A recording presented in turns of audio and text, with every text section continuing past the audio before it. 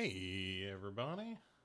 I think all my volume is up. Fantastic. Hey, how are you? Happy Monday.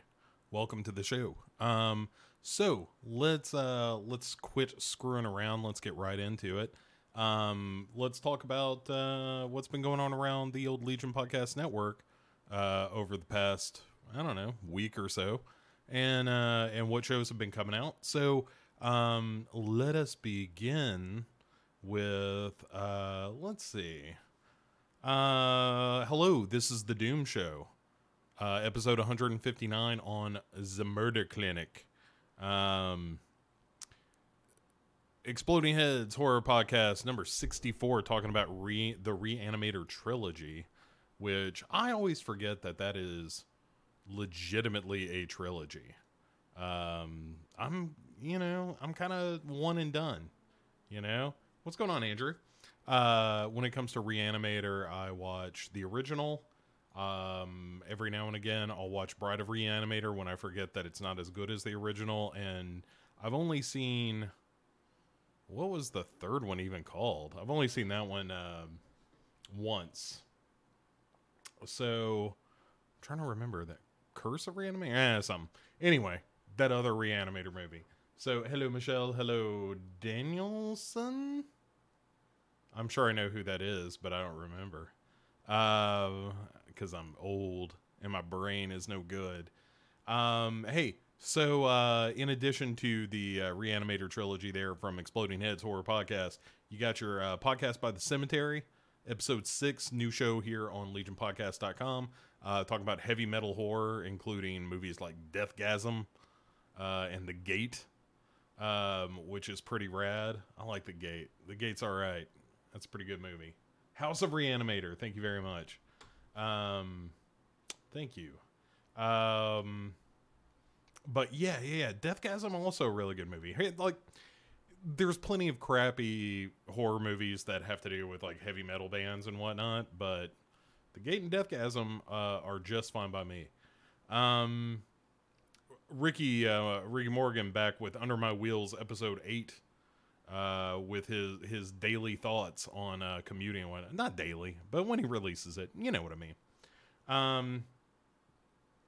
Cinema Beef podcast number 122, doing a listener's choice episode, and that included the film Monster Dog, which is the one with Satan's dog and Alice Cooper, and that is a movie that I've seen more than once and shouldn't. Oh, hey, Dan, right. Okay. What's up, Dan? Mystery solved. One of many mysteries we'll solve tonight. 2 Drink Minimum commentaries also dropped, doing Who Framed Roger Rabbit, which is a classic film. Hang on. I feel like the camera is not capturing me quite right, and I don't know which way to move it. Burp. Okay, there we go. So sorry. Who Will Survive presented an episode called What's Worth Watching, which is just them talking about what's worth watching, recommendations and whatnot. Cinema Psyops, episode 158, doing another Movie Stack Jenga episode, this time on the movie The Baby. Let me just say, here's a little bit. Hey, Alan. And hello, Alan's wife. Hey. So The Baby, for people who care, for Devour the Podcast trivia aficionados, The Baby was the first episode ever I did of Devour the Podcast. I was a guest host for an episode on The Baby. And yeah, sure enough, after that, I don't know. I mean, I missed some episodes in there, but I was kind of a regular after that episode because The Baby is just that much of a psychological wound. I needed to group back with David and Jamie every week and just think about it. Give it a good think or two about what's wrong with The Baby. It's a weird movie, y'all. Anyway, Kill the Cast number 54. Jerry Herring over there doing the Horror Coliseum thing. This time it's Friday the 13th, Part 2 versus A Nightmare on Elm Street Part 2. And, man, for my money, That's tough. Probably Elm Street 2 is pretty weird. Naomi says, hello. Well, you tell her I said, hello. Um, Mental Health episode 9 dropped, which, again, new episode, or new show to the network, and Mental Health is pretty rad. So I would recommend it. If you have not checked out Mental Health yet, you should.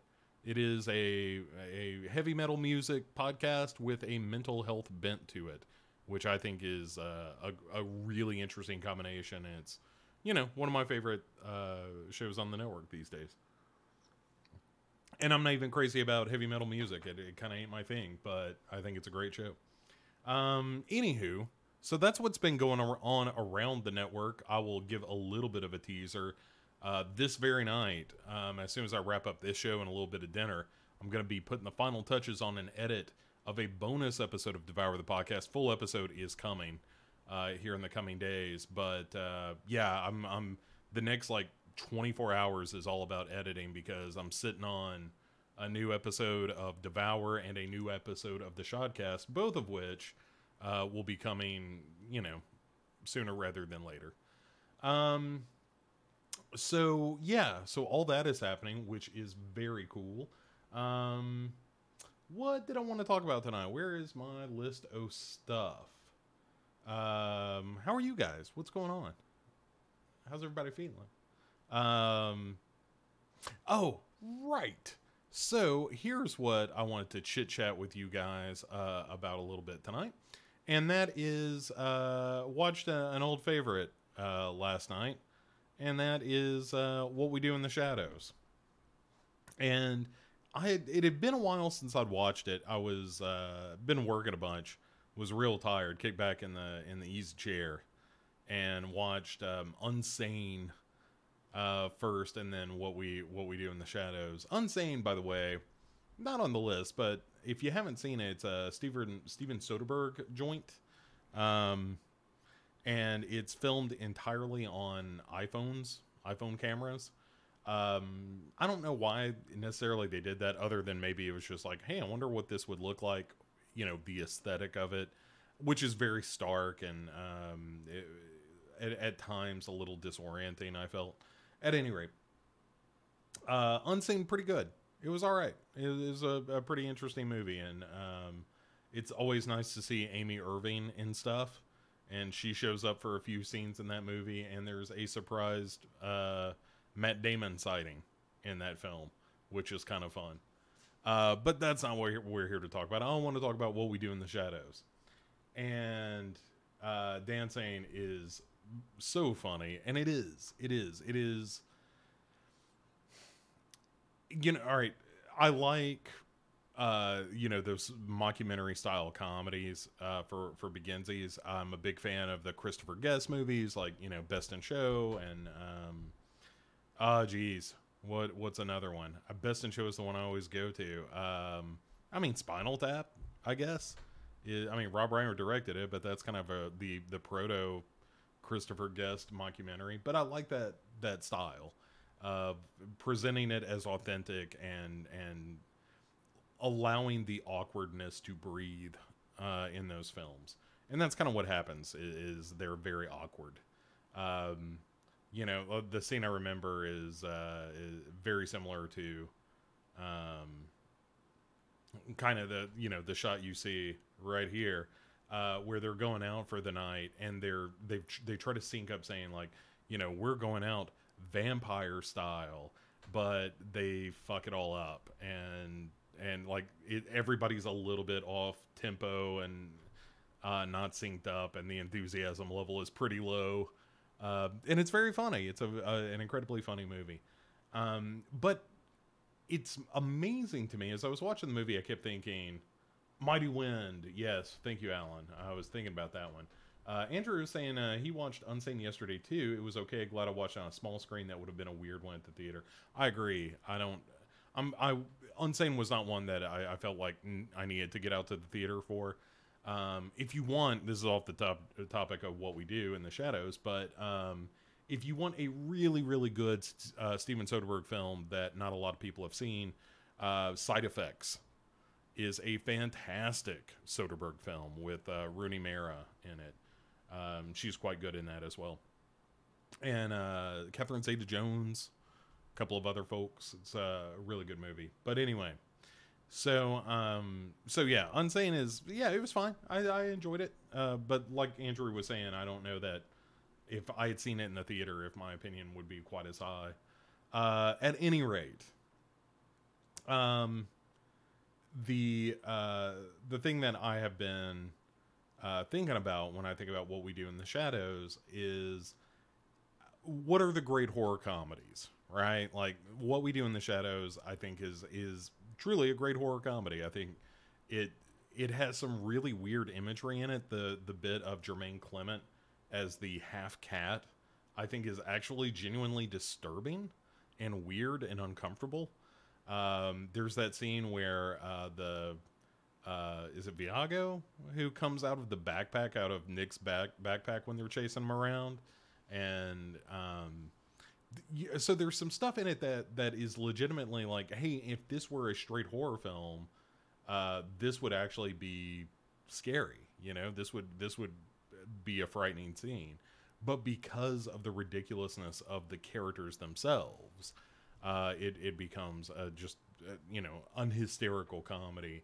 And if you guys have ever watched the throat scene, yeah, that Dan mentioned, I assume the one you're mentioning is Viago, like, slicing the girl's throat, and it just goes everywhere, because he's still not all that good at being a vampire. Right, the Messy Eater scene. Yeah. It's very funny. It's a very funny movie. But I'm thinking, like, what are the great horror comedies? And I'm curious what you guys think about that. Like, I know mine, I think, like, Young Frankenstein certainly slips in there for me, even though it is far less horrific than it is a comedy. But I love Young Frankenstein. I think it is the most equally reverent and ridiculous horror comedy of them all.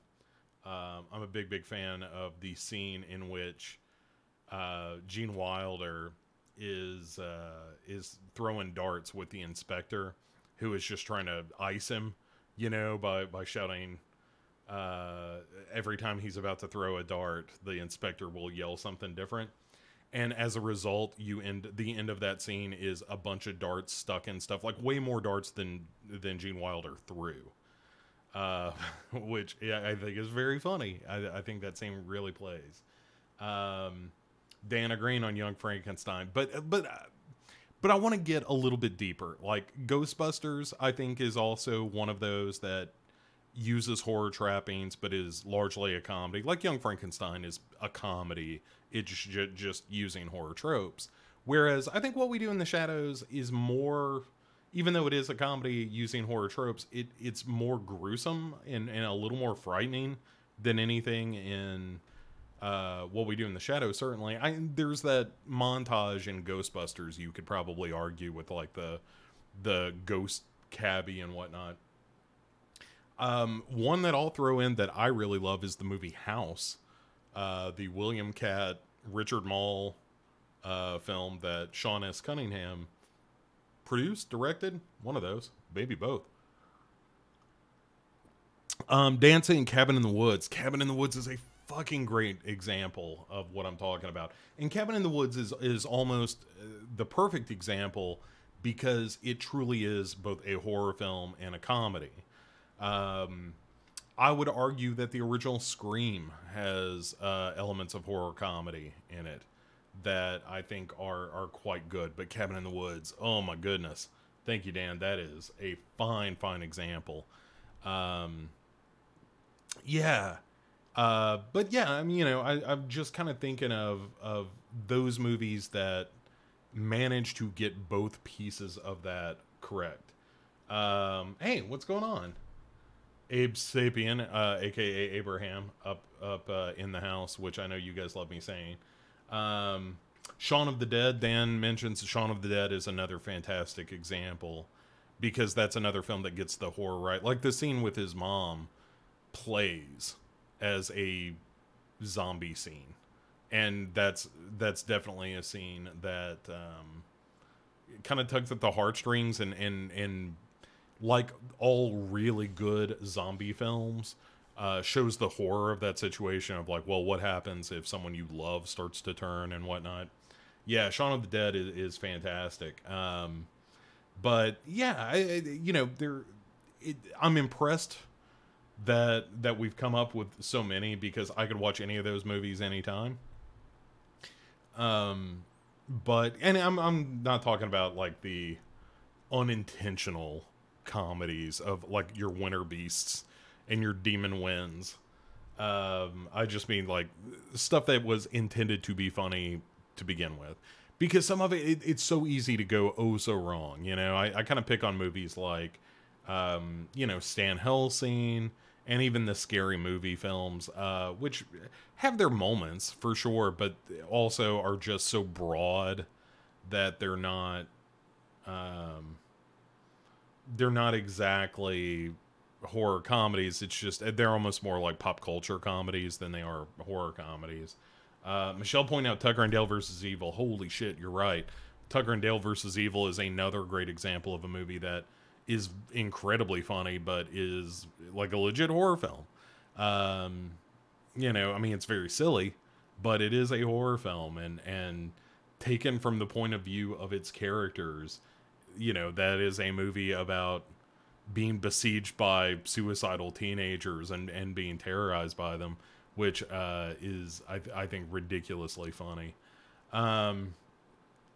So Murder Party, Alan mentions Murder Party, a Jeremy Saulnier film, which we will be discussing a lot more of him on the upcoming True Detective season.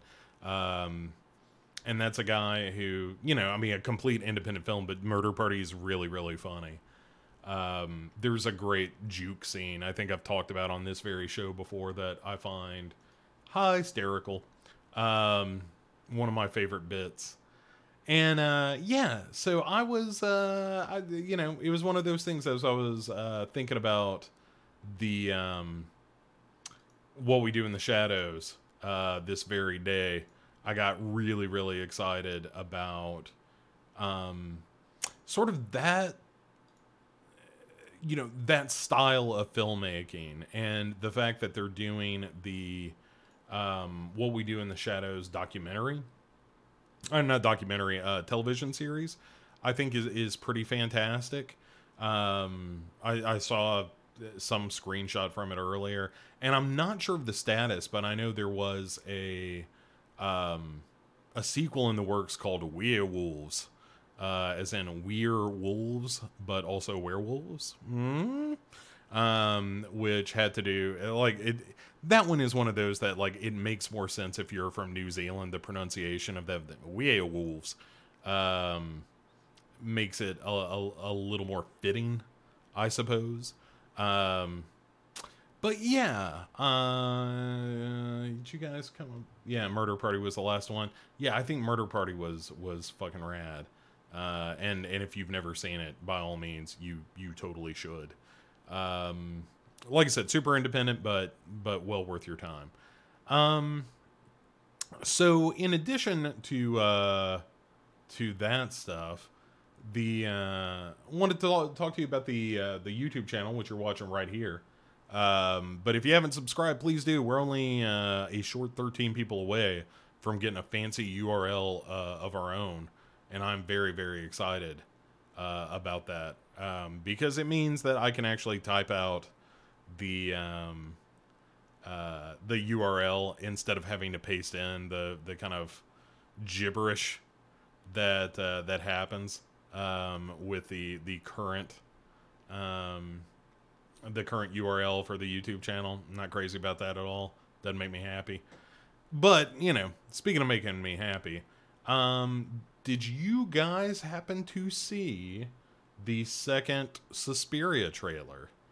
Which, had I been a little more on top of the ball, I probably would have just embedded and we'd watch it right now. But I didn't.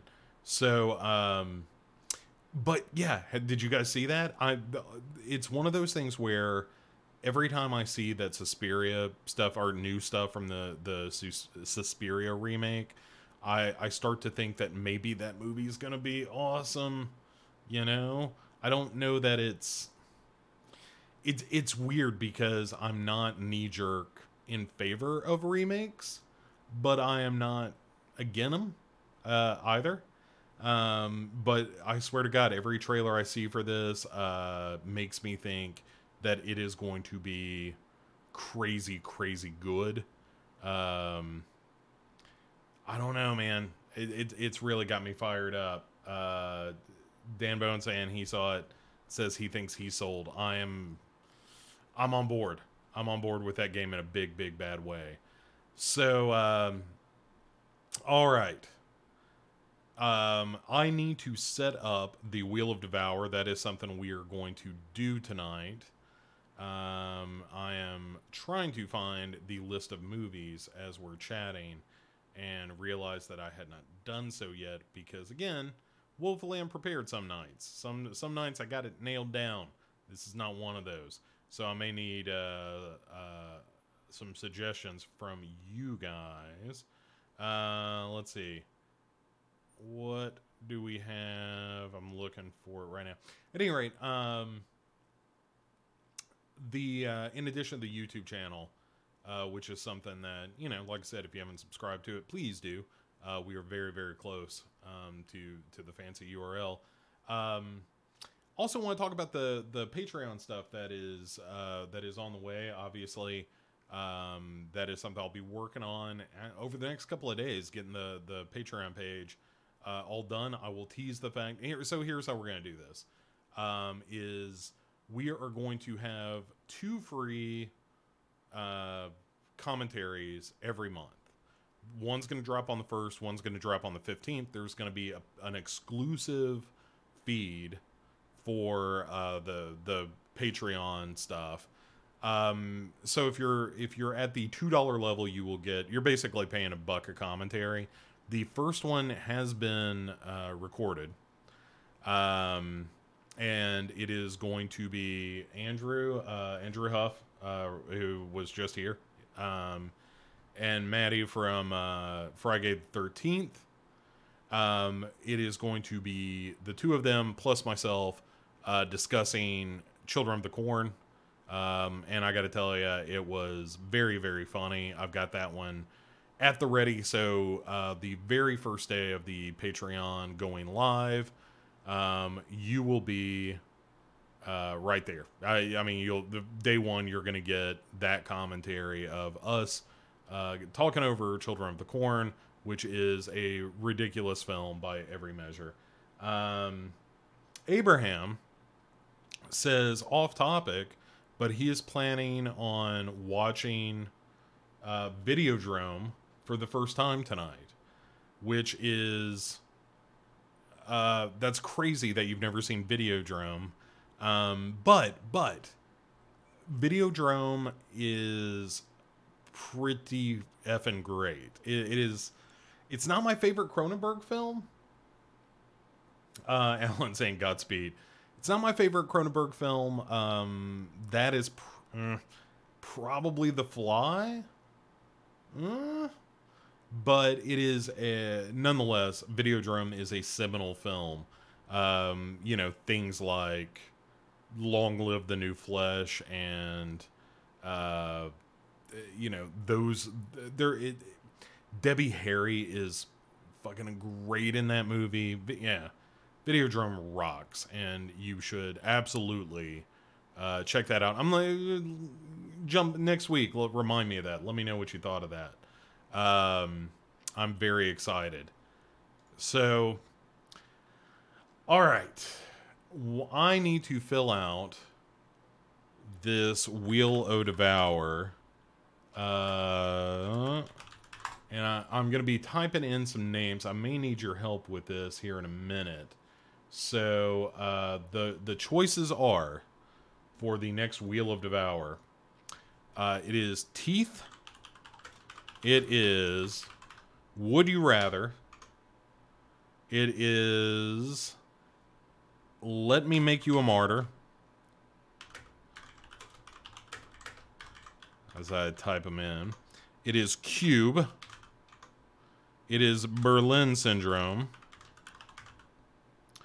It is The Haunting of Julia. It is The Boys in the Trees. It is Super Dark Times. It is The Descent. That's what, 3, 6, 9. What am I missing? I'm missing one, and I don't have my list handy. Somebody give me a horror film that you would like us to talk about on Netflix and or Hulu.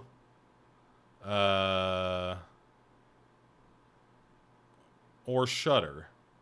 And in the meantime, I'm going to try to find my other list. Hey, I'll tell you another thing that I've been intending to do. Not only am I editing up the Devour episodes and the Shotcast episodes, we're also looking at the Halloween episode of Devour, which is going to be crazy. It is ambitious. It is the biggest show that Devour has ever done. I don't mean lengthwise. I just mean in terms of the amount of research that's being poured into this thing. It's got me very, very excited. And yeah, so if you are a fan of the Devour shows, and I would say if you're a fan of the Hero Go show stuff, particularly the more informative pieces of that, then I think you're going to really, really enjoy the Halloween episode. I know that's a tease for something that is a couple of months out from this point, but it ain't that far. Halloween really is right around the corner, and I could not be more excited. It's about time to, start putting up, like October 1st is kind of my day to start putting up decorations and whatnot. So the time is nigh.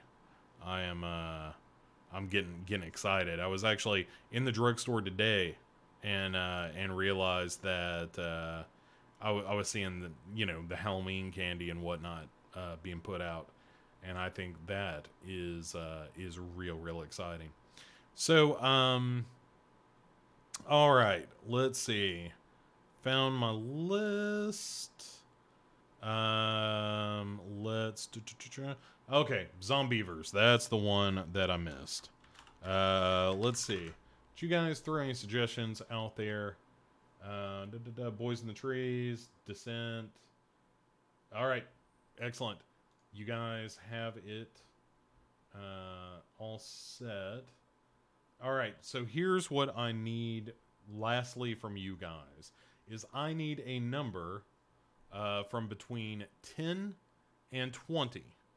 That number again between 10 and 20, and it needs to be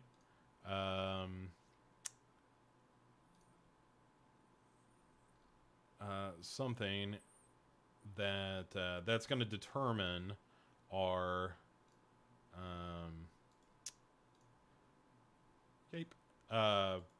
the number of seconds that we are going to run the wheel.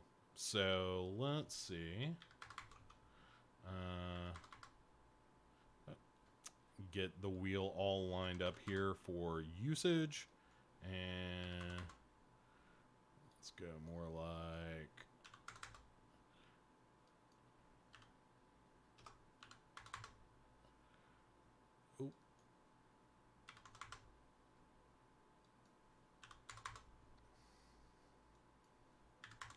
okay.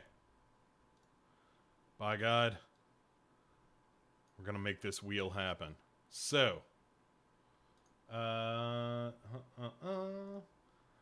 wheel is ready.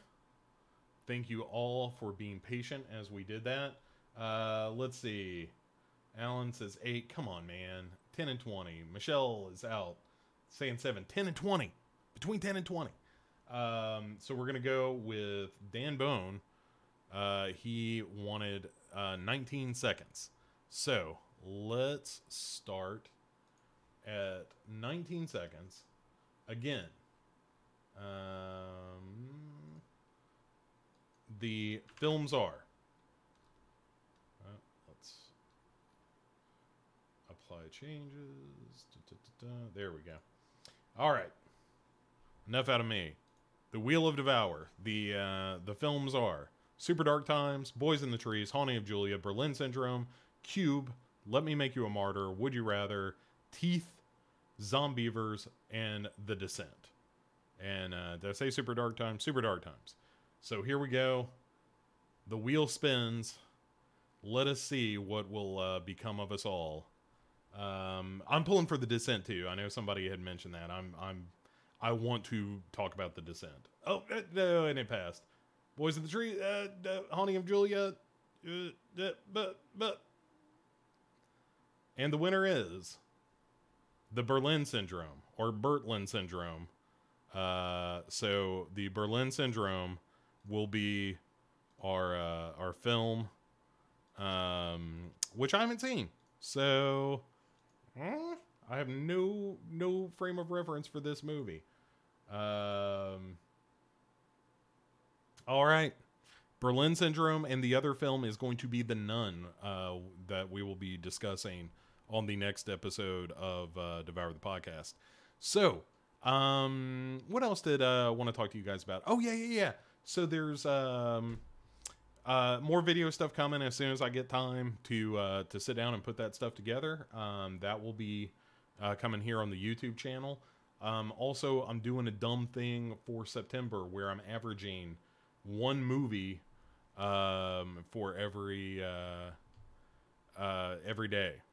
So I'm doing, a lot of people do it for Halloween in October. I got too much shit going on for October, so I can't watch a movie every day on the Halloween season, which is a shame. I mean, I'll probably work out that way, but you know what I mean.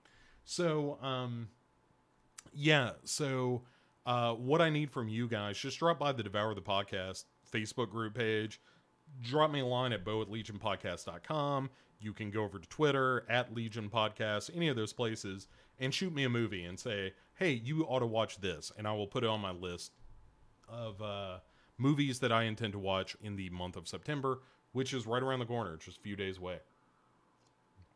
So, and then in addition to me just watching the movies that you tell me to watch, I'm also going to be doing a weekly podcast for the month of September on the Devour the Podcast feed. That is just me saying like, hey, here are the movies I watched. Here are the 7 films that were either recommended to me or just stuff I wanted to watch, as it may turn out. And, here are some random thoughts about that.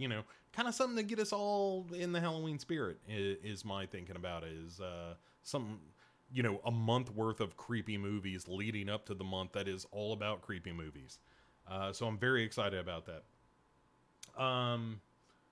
Andrew suggested Berlin Syndrome. So Andrew, we know who to blame here. Also, Michelle saying The Nun looks good. That's something we'll have to have a conversation about. This has come up on Devour the Podcast, and it's come up on every show I've ever done, where people really like those James Wan, like The Conjuring and Conjuring 2 and all that stuff. And I'm just not crazy about those movies. Conjuring I thought was okay.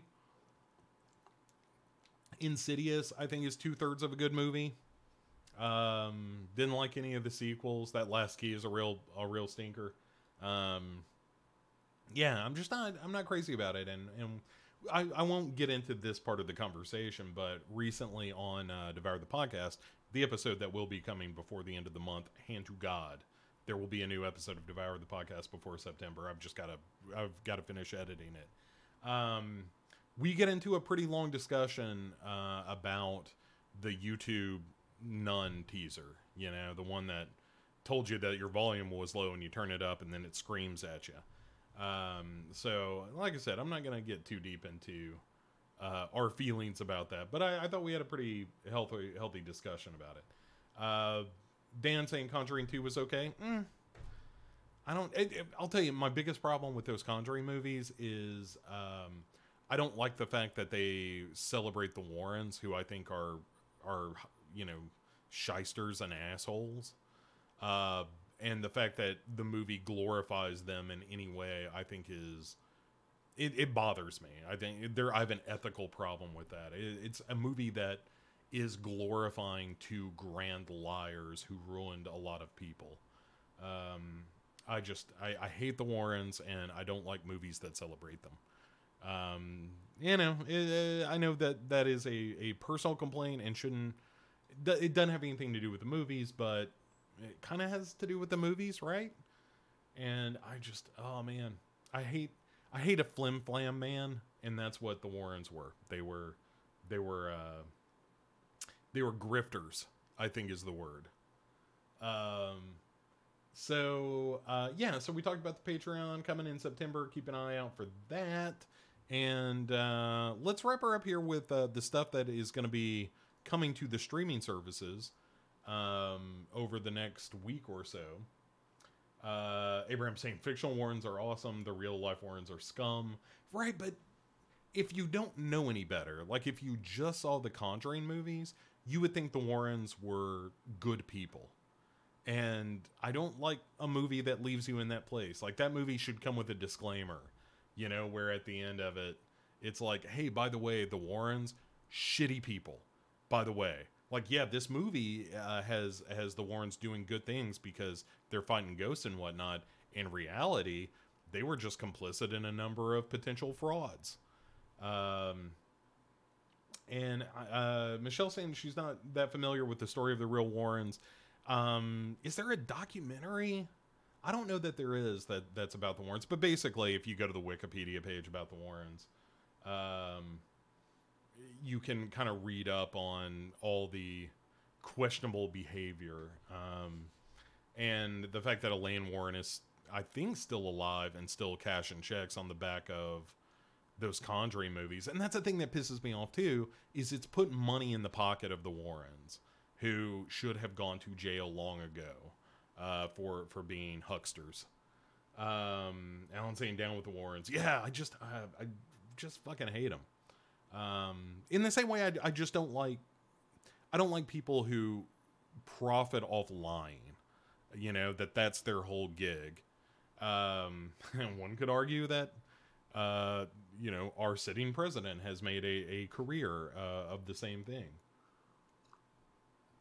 Abraham saying that there's not a documentary, but there's plenty of articles that have exposed them. Yeah, just do an internet search about the Warrens that isn't a summary of the Conjuring films, and it's going to show you that they were awful people.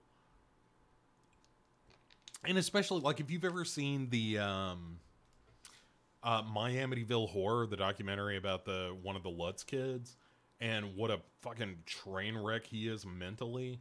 Like, the Warrens contributed to that. Yes, his parents were largely to blame, but also the Warrens were in on that as well. And they helped ruin that guy's life.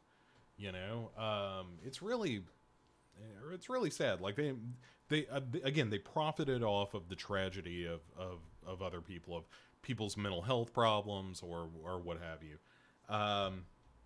Anyway, fuck the Warrens. That's the Legion podcast motto. Anyway, blah blah blah. So here's the streaming stuff coming soon. The Good Place on Netflix season 2 is coming up, and if you haven't seen The Good Place, I recommend it. And season 2 is as good as the first season, and season 3 will be out not long. Like, season 2 of The Good Place will be out on Netflix before end of the month. And the new season of The Good Place begins, I think, in about a week. Also, on Netflix, King Kong. I'm not sure. It didn't make the distinction of if that's the... One presumes it's not the 30s King Kong. It would be great if it were, but I don't think that's the case. I don't know if it's the 70s King Kong, which is not great, but kind of incredibly watchable, or if it's the Peter Jackson King Kong, which is better but somehow less watchable. Also, Sisters on Netflix. Again, not sure if that's the original or the remake, but if it's the original, you should watch that. And a movie called Stephanie on Netflix.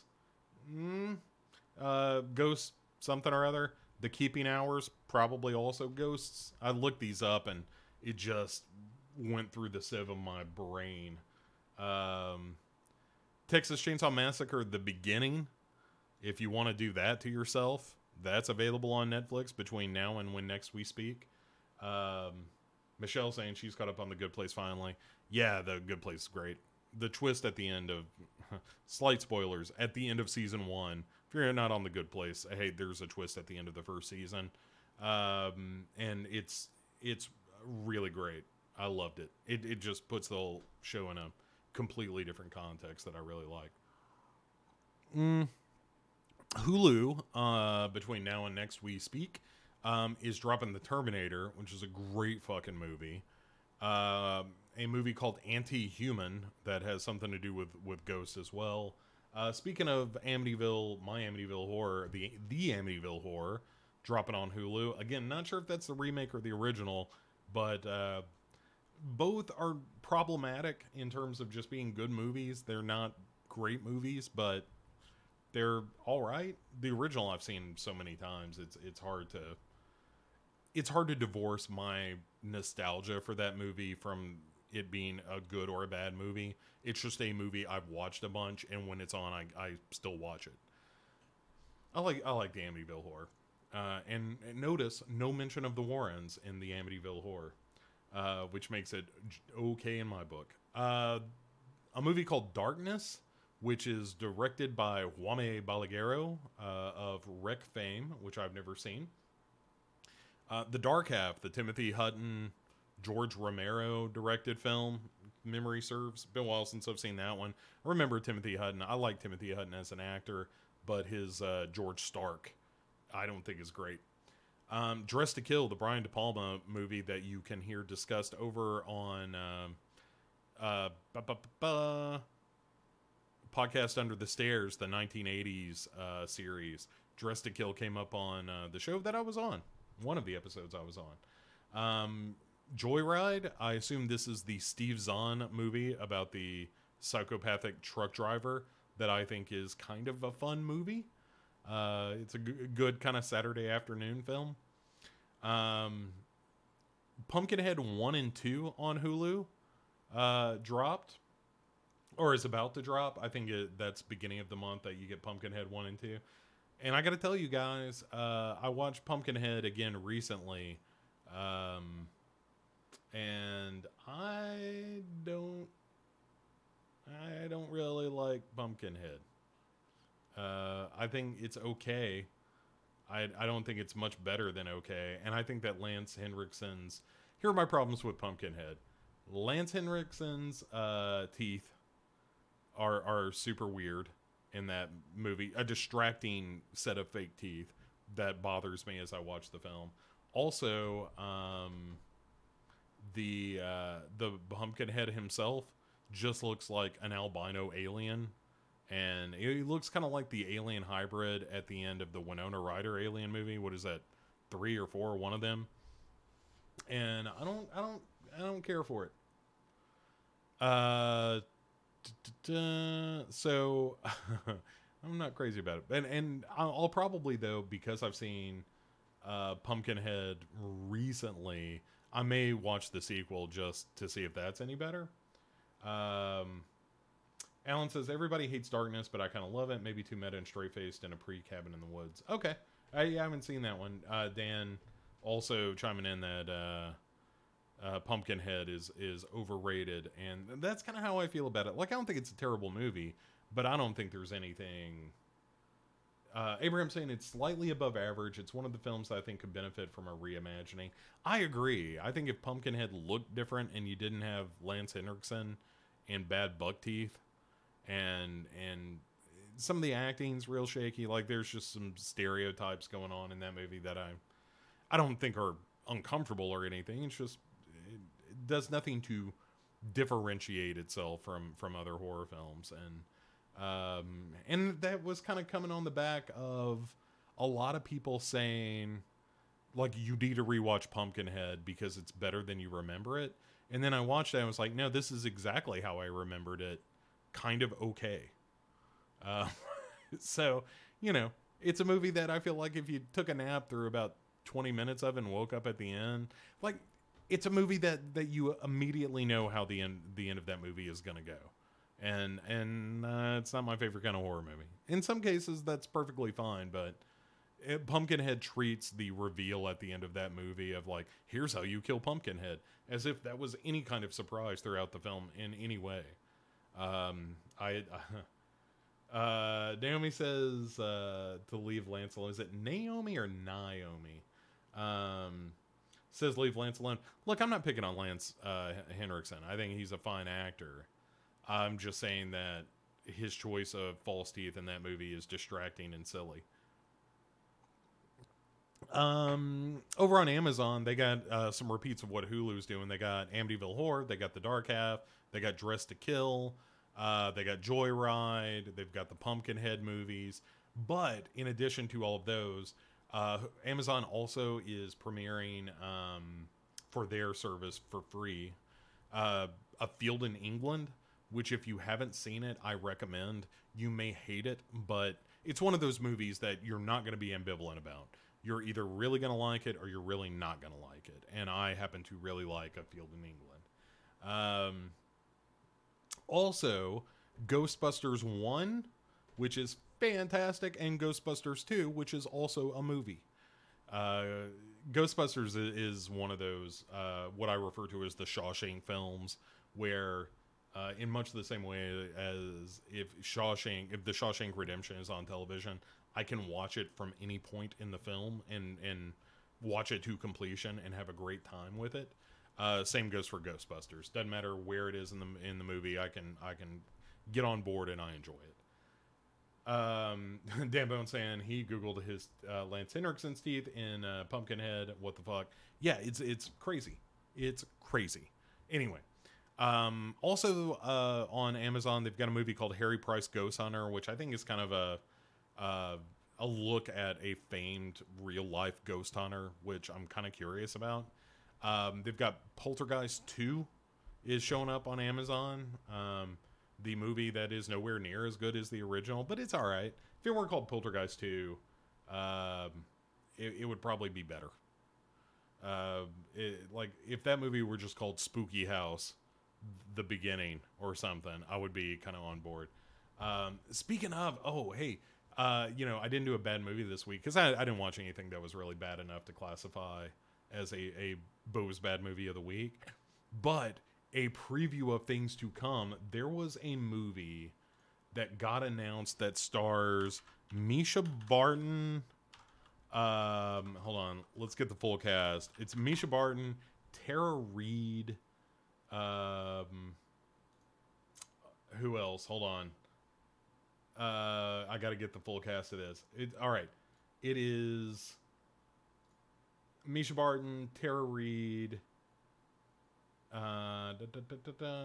Dee Wallace, and Tiffany Shepis in a movie called Ouija House. That sounds just terrible enough that I can't believe it's a real thing, but also I can't wait to see it. And it's going to be out on September 4th. And that is a movie that is exactly my speed because I know it's not going to be good, yet there's something about it that I really want to see. Maybe it's because of my undying love for Tiffany Shepis. Who knows? But yeah, so that is a thing that is coming. So Andrew says I'm on board with Poltergeist 2 up until the end. Yeah, that's kind of where I fall, I think. I don't like the end. Alan says he loves Spooky House. Dan Bone says that's a great cast for Ouija House. You're damn right. That the casting of that movie says, yeah, this is what we could get. Tara Reid, by the way, is not on the cover for it, which I like. Anyway, I'm very excited. So also in addition to all those movies on Amazon, one more. If you enjoy the Westworld, Future World, the sequel to Westworld, is available beginning of the month. So anyway, that is you know, yes, I will watch Ouija House. We will talk about it on this very show. Over on Shudder, hey, they got some great movies. The Collector, which I don't think is great, but I think it's okay. I actually think the sequel, The Collector, is actually better than the original. Even though it's fine. It's fine. Movie called Drug War. Movie called Little Deaths, which is an anthology film, I do believe.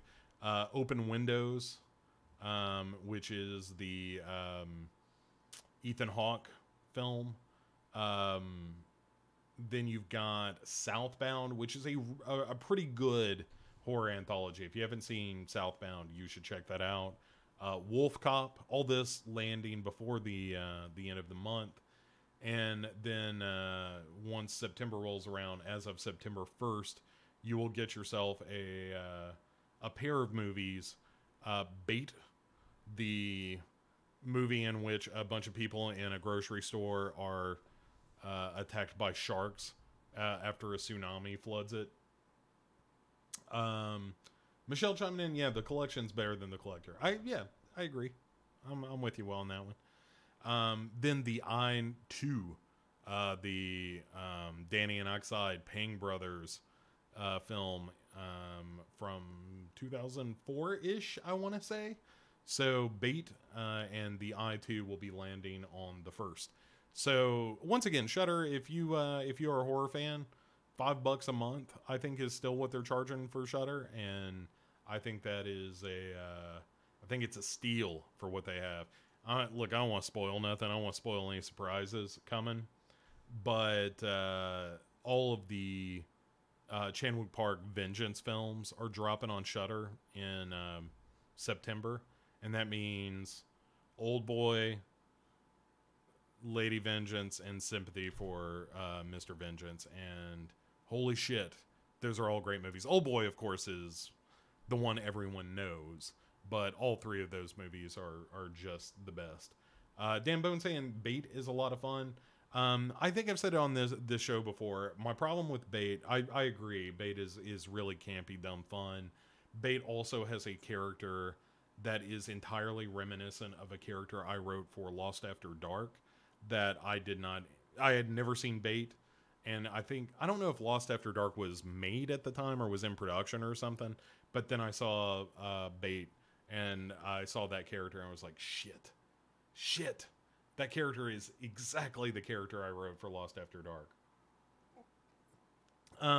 Okay, hey folks, I think that's gonna do it. Thanks for hanging out. Hey, big takeaways. If you can, drop me a line, give me a movie to watch in September. Keep an eye out for the Patreon stuff. Subscribe to YouTube if you haven't. If you hop over to the Twitter at Legion Podcasts, I'm actually running the Twitter for that now, and I try to curate that a little bit. I try to drop interesting tidbits as well as the announcements of shows as they drop and whatnot. Keep an eye peeled here, not here on the YouTube channel, although do that too. But here on the network, because sometime this evening, that Devour bonus episode where Vanessa and I talk about Unfriended Dark Web is going to drop. And if I'm getting froggy, the Shotcast, the new episode of the Shotcast, the long-delayed episode of the Shotcast should be out tomorrow. So, that is it. Thank you very, very much, guys, for joining in. I appreciate it very, very much. If you would, do me a big favor. Have yourself a great rest of the week. Have a fantastic weekend. And I will not see you back here next week for Morbid Mondays because it's Labor Day. And I will be off doing Labor Day stuff. So in 2 weeks, we will be back in 2 weeks for another Morbid Monday. Have a fantastic 2 weeks in between now and when next we talk.